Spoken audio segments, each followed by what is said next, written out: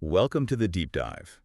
Today, we're really getting into the recent situation around black box TV. It's been talked about a lot. hmm And our listener, the learner, asked us to sort of cut through the chatter, get beyond the headlines and really understand what's been going on. Yeah, and we've got a pretty substantial source to work with here of a full transcript of a recent, quite in-depth video interview with Flavio Pasquino. He's obviously a key figure, Yeah. right? Founder involved in all the recent events. Exactly.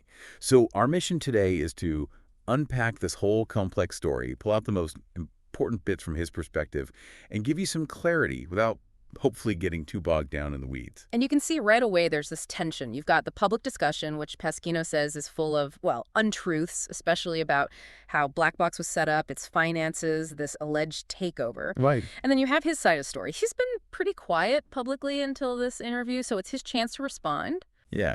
And the core thing, at least as he tells it, isn't just about money, not at first anyway. It's more fundamental, a clash over trust, over the vision for the platform. His view versus the current board's view. Mm-hmm. It really seems to boil down to that trust issue. Okay, so where should we start? Maybe the structure. That seems to be a big point of confusion. Yeah, let's do that. So the setup involved two legal entities. You had Sticking Black Box, that's the nonprofit foundation, Okay. and then a separate BV, which is like a private limited company for profit. And initially, Pasquino owned 100% of that BV. Right, so like a foundation overseeing a company. Kind of, yeah. Think of the Sticking maybe as the parent holding the mission, receiving donations, and the BV as a subsidiary doing specific operational things. And Pasquino gave reasons for setting it up like this, didn't he? He did. Two main ones, really. First, risk separation. He brought up that helicopter filming they did for a demonstration. Right. That activity was put into the BV. So his argument is if something went catastrophically wrong there, the liability would hit the BV, protecting the Stitting and its donation money. Makes sense from a risk management perspective. And the second reason was apparently just speed. He already had that BV, and crucially, it had a bank account. Setting up a new foundation account can take ages, apparently. So using the existing BV let them get started faster. Okay, practical reasons then.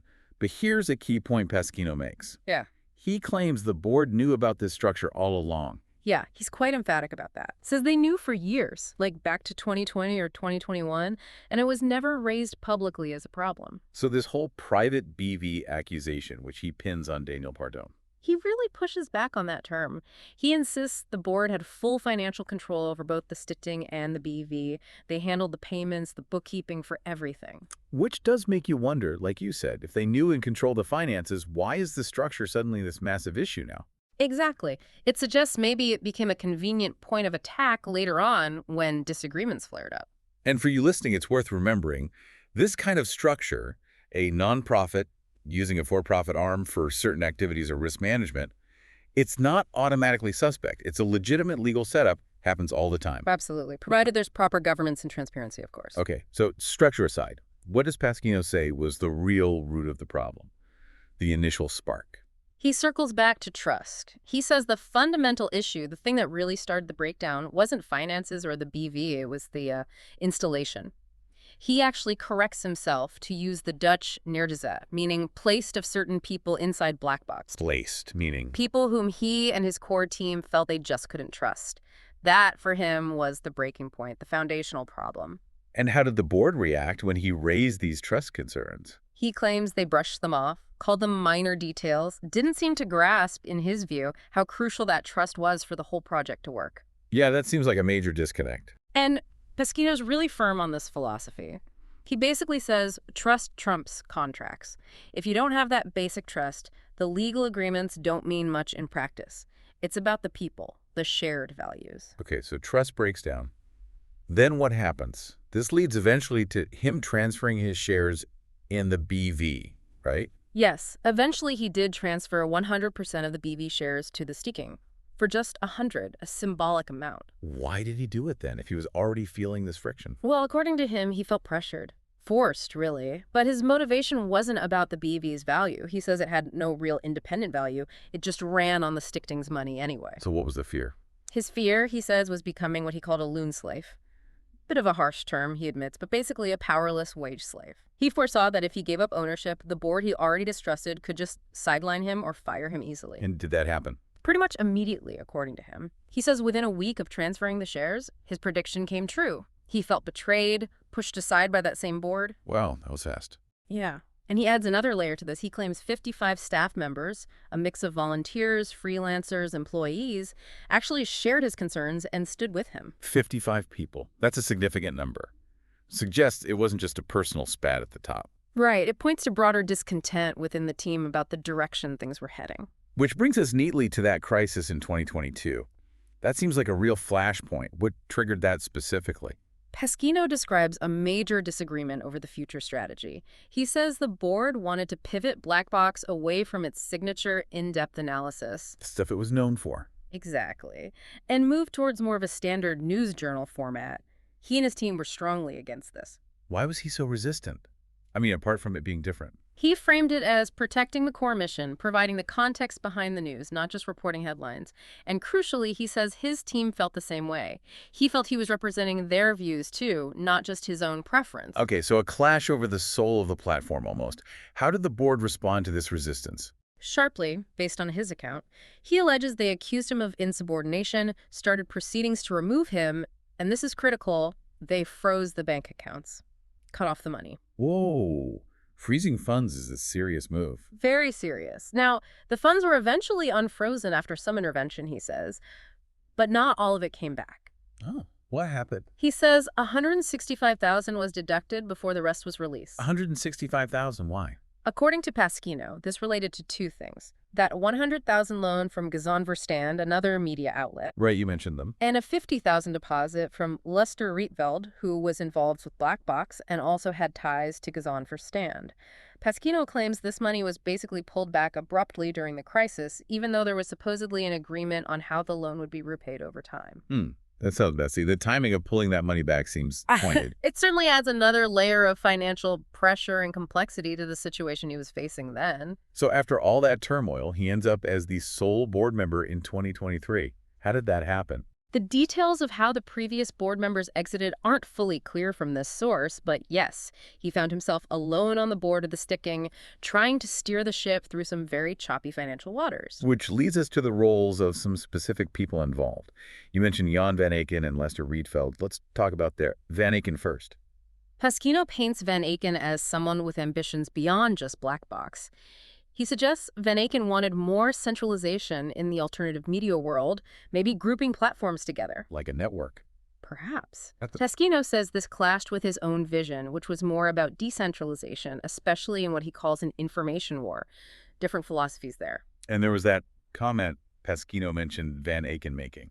Yeah, Pasquino recounts this moment, apparently during a broadcast, where Van Aken supposedly said something like, I came there, saw Flavia was doing well, and then I placed someone of ours there. Referring to Lester Rietveld.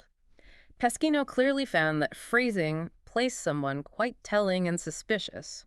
It implied Rietveld wasn't just joining organically, but was put there for a strategic reason, perhaps aligned with Van Aken's agenda. Interesting. And what about Rietveld himself, his relationship with Pasquino? Pasquino says it started well, they collaborated effectively initially, but then friction developed. Part of it, he says, was Rietveld wanting shares in the BV, which Pasquino found odd since the BV depended entirely on the Stecting. Right. And part of it was just clashing personalities, according to Pasquino. He also notes Rietveld's connection to Gazan Verstand, the source of that controversial loan. So lots of interconnected relationships there. Very much so. And Pasquino adds another piece. He claims he heard from reliable sources that Van Aken and his circle were trying to influence other alternative platforms too, like Café Weltschmerz and Ongehoord Nederland. Suggesting a wider pattern, perhaps. That's the implication Pasquino draws, yes. Yep. That Van Aken might have been trying to build influence across that sector of the media. Okay, so fast forward a bit. Daniel Pardone eventually leaves. And then who comes back onto the board? The old guard, as Pasquino calls them, Jan Van Aken and Bob Smid. And apparently, Daniel Pardone played a part in bringing them back. The very people Pasquino had major conflicts with in 2022. Exactly. For Pasquino, this felt like history repeating itself, like a setup he couldn't escape. He describes it as the final straw that made him decide he had to leave Black Box completely. Understandable reaction, really. He also mentions hearing alleged comments about people wanting to see him fail, which probably didn't help his feeling of being pushed out. Let's circle back quickly to that Gazan Verstand loan. What was the official reason for it again? Pasquino says Van Aken and Rietveld proposed it as a way for Gazan Verstand to manage risk. They apparently had a surplus from their newspaper sales, Okay. and the idea was to park €100,000 temporarily with Blackbox, just to spread their funds out, get it out from under the standard bank deposit guarantee limit, hedging their bets, basically. Even though Pasquino had reservations about taking on debt? Yes, he admits he was hesitant, but the really damaging part was when they pull it back during the 2022 crisis. Right, when things were already tense. Exactly. Yeah. Pasquino claims they used legal arguments about supposed mismanagement by him as the excuse to break agreements and demand the money back immediately. He also criticizes the board for not being transparent about this loan in their public statements about Blackbox's finances later on. Okay, now let's focus specifically on Daniel Pardone. He came in initially unpaid, right? Yeah. Then became a paid consultant and CEO of the BV. That's right. And Pasquino says initially he was open to it. Pardone had business experience. Pasquino thought maybe he could learn something, was willing to take a more subordinate role. But it didn't stay harmonious. No. A big point of friction seems to have been Pardone's fees. Pasquino alleges Pardone billed around €90,000 in consultancy fees in less than a year. 90,000, wow. And this was apparently while Pardone was also pushing for major cost-cutting elsewhere in the organization. You can see how that would cause tension. Definitely looks like a mismatch there. What else did they clash on? Studio 2. Pardone apparently wanted to close the studio where they filmed Black Box today. But Pasquino resisted. Strongly.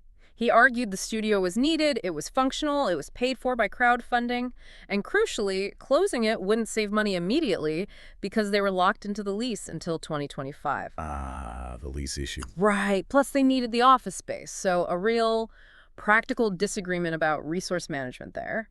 And there were conflicting stories about cost savings after the crowdfunding, too. Yes.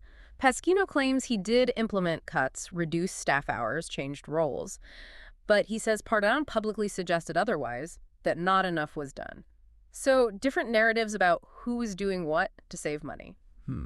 Sounds like communication wasn't great. Seems like an understatement. And then there was the issue of the long-form interviews. Pasquino's signature format. Exactly. He wanted to bring them back. He felt they were core to Black Box's identity and success. His proposal: fund them by reducing Pardone's consultancy fees. How did that go down? Pardone resisted, according to Pasquino. So another clash over content priorities versus consultancy costs. Okay, let's revisit the share transfer one more time. But from Pardone's alleged perspective, he raised legal concerns, right? He reportedly did. Concerns about Pasquino owning the operational BV while the donations were going to the nonprofit Stichting.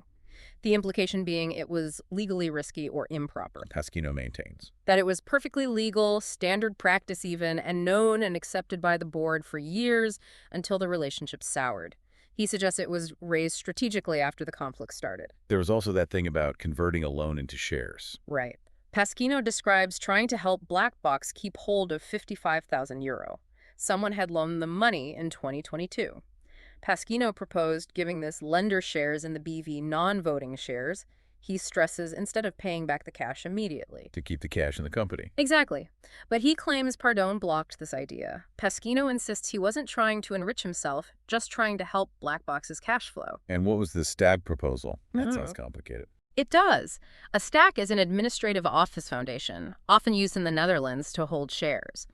It seems it was another proposed structure for managing the BV ownership, maybe as an alternative to the staking owning the shares directly, or Pasquino's idea of non-voting shares for investors. Pasquino implies it was another point of disagreement on how things should be structured. Okay, so all this leads up to the final stages. Pasquino leaving, the new board. He talked to someone named Bas Filippini about potentially taking over from Pardone.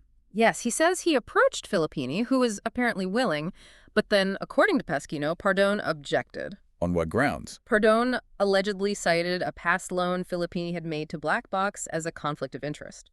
Pasquino dismisses this, saying the loan was secured with Bitcoin, could easily have been repaid, so it wasn't a real conflict. Just an excuse in his view. And then, instead of Filippini, the old board comes back. Yes. Van Aken and Smid resign, then quickly get reinstated.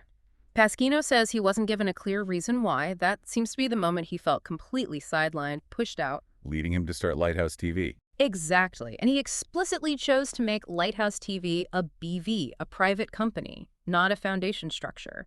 He says he learned his lesson, wants more autonomy to avoid repeating those board conflicts. So what's the plan for Lighthouse TV? What can people expect? Well, the BV structure is key for him for that independence. Yeah. Content-wise, it sounds quite similar to the original Black Box Vision news analysis, seeking truth, that sort of thing. A familiar format then. Pretty much. He mentioned planning broadcasts 3 times a week, Monday, Wednesday, Friday, and he definitely wants to get back to doing interviews. The Lighthouse interview concept. Yeah, he mentioned that idea conversations at lighthouses, exploring trust and intent. Sounds interesting. For now, though, they're starting small, basic studio. Right. And they're hoping to sort out the equipment issue with Black Box. He also put out a call for funding fathers, basically, investors or entrepreneurs, to back Lighthouse TV and help shape its business side. Which brings us to that final point, the black box assets, the equipment. What's Pasquino's take on that? His view is pretty clear, that equipment, the studios, it was all paid for by donations. And those donations, he argues, were given based on trust in him and his vision for Black Box. So he feels it rightly belongs with the mission he's continuing. Essentially, yes. He hopes the current Black Box board will see it that way too, and make the equipment available to Lighthouse TV so they can hit the ground running and continue the work. He frames it as the ethical thing to do with donor money, rather than just selling it off. A very contested point, I imagine. Absolutely. It raises big questions about who really owns assets funded by donations when the original leadership departs. Okay, let's try and wrap this up. We've gone through quite a journey here, deep into the conflict of Black Box TV. We have. And boiling it down, Pasquino's perspective points to a really deep breakdown. It started with trust, different visions for the future, disagreements over structure and control. Yeah, and escalated through accusations, financial freezes, board changes. Leading ultimately to his departure and him feeling like he was pushed out, a victim of a kind of hostile takeover that strayed from the original mission. So, listening to all this, you definitely get a much richer, more complex picture than maybe you had before, going beyond just the headlines. For sure. And it really highlights some classic challenges, doesn't it? Trying to run something based on ideals, maybe an alternative mission, but bumping up against the hard realities of organizational structure, finance, and frankly, human relationships and power dynamics. Especially in that new media space, which can be pretty volatile anyway. When trust goes, things can unravel quickly. It's a powerful reminder that clear communication, shared vision, and that fundamental trust Pasquino kept emphasizing are just so crucial. Without them, even projects with the best intentions can run into serious trouble. Absolutely. It's a fascinating, if difficult, case study in the human side of media creation. Makes you think about the dynamics behind the platforms we rely on. Definitely food for thought. And for you, the listener, if you want to see how this next chapter unfolds, Pasquino's new venture is Lighthouse TV. You can find them at lighthousetv.nl. This whole saga really underscores how much these ventures depend on the people involved, their relationships, and whether they can maintain that shared purpose. A valuable deep dive. Thanks for unpacking all that. My pleasure. Lots to consider there.